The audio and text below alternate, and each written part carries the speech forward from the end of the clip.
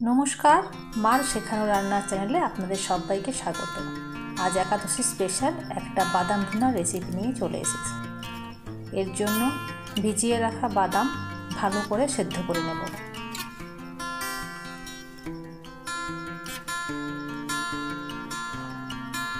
কড়াইয়ের মধ্যে sunflower oil দেব, সাথে দিয়ে দেব কিছু জিরে। এরপর কুচিয়ে রাখা 250 গ্রামের মতো আলু তার মধ্যে দিয়ে দেব।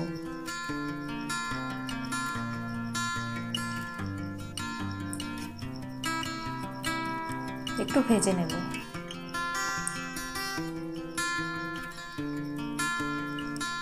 একটু ভাজা হয়ে গেলে দিয়ে দেব কুচিয়ে রাখা টমেটো।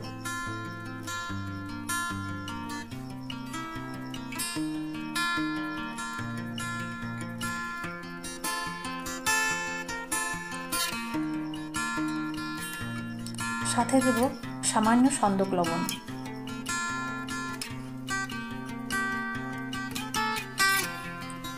একটু ভেজে নিয়ে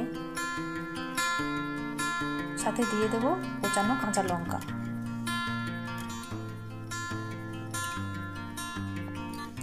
আবার একটু নেড়ে চেড়ে ভালো করে ভেজে নেব।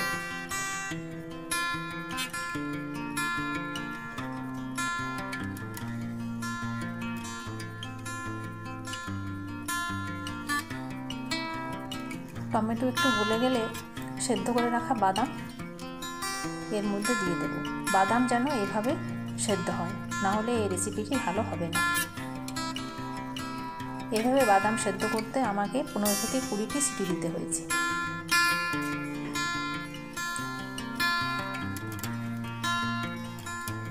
ভালো করে একটু নেড়ে চেড়ে ভেজে নেব।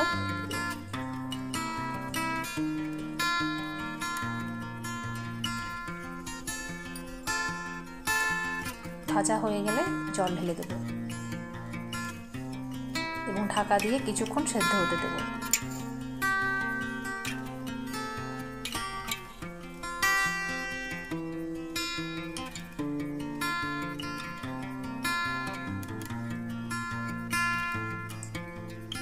আলু সেদ্ধ হয়ে গেছে।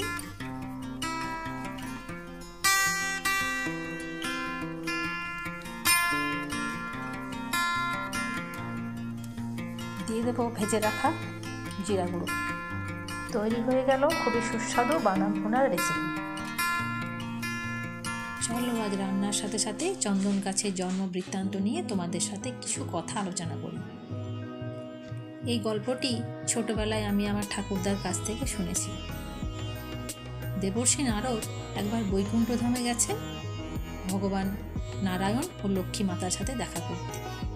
নানা কথা হওয়ার পর তিনি ভগবানকে জিজ্ঞাসা করলেন, প্রভু, কোথায় আপনার বাস? আপনি কোথায় থাকেন? এই কথা শুনে ভগবান বললেন, সর্বত্রই আমার বাস, সবেতেই আমি, আমাতেই সব। এই কথা শুনে দেবর্ষী পড়লেন মহা চিন্তায়। তিনি ভাবলেন, সর্বত্রই যদি ভগবানের বাস হয় তাহলে আমি বিষ্ঠা কোথায় ত্যাগ করব? যেখানেই আমি বিষ্ঠা ত্যাগ করব ভগবানের শরীরে পড়বে। এই কথা ভেবে তিনি যোগ বলে নিজের বিষ্ঠা বন্ধ করে দিলেন। এইভাবে কিছুদিন যাবার পর তিনি ভীষণ অসুস্থ হয়ে পড়লেন।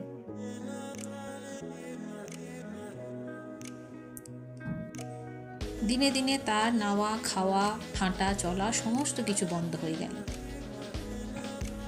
আরও কিছুদিন যাবার পর তিনি কোনো প্রকারে একবার যখন বৈকুণ্ঠ ধামে গেছেন, তখন অন্তর্যামী ভগবান সব জেনেও তাকে জিজ্ঞাসা করলেন, একি দেবর্ষী, তুমি যখন অন্যদিন আসো তোমার গা থেকে অমৃতের গন্ধ বার হয়, আজ এরকম বদগন্ধ বার হচ্ছে কেন? শুনে দেবর্ষী বললেন, প্রভু, যেদিন থেকে আপনি বলেছেন সর্বত্রই আপনি, আপনাতেই সব, সেদিন থেকে আমি যোগ বলে আমার বিষ্ঠার ত্যাগ বন্ধ করে দিয়েছি। এই কথা শুনে ভগবান একটু হাসলেন এবং বললেন, করেছ কি? যা বর্জনীয় তা ত্যাগ করাই উচিত। তুমি এক্ষুনি মলয় পর্বতে যাও এবং ওখানে গিয়ে তোমার এই কাজটি সারো। তখন দেবর্ষী মলয় পর্বতে গিয়ে মলত্যাগ করলেন। তত্ত্ব বলে সেই জায়গাতেই চন্দন গাছের সৃষ্টি হয়। সহজে যা কেউ করতে পারে না তাই ভগবানের ভক্ত করিয়ে দেখিয়েছেন। তার এই ত্যাগকে সম্মান দেবার জন্য চন্দন ভগবানের এত প্রিয়, আর সেই চন্দন ভগবান আজ মাথায় ধারণ করলেন। আপনাদের এই গল্প যদি আগে জানা থাকে অবশ্যই আমাকে কমেন্টে জানাবেন, এবং আমার রান্না যদি আপনাদের ভালো লাগে তাহলে অবশ্যই একটা লাইক করবেন। দেখা হবে নতুন একটা রেসিপি নিয়ে। হরে কৃষ্ণ।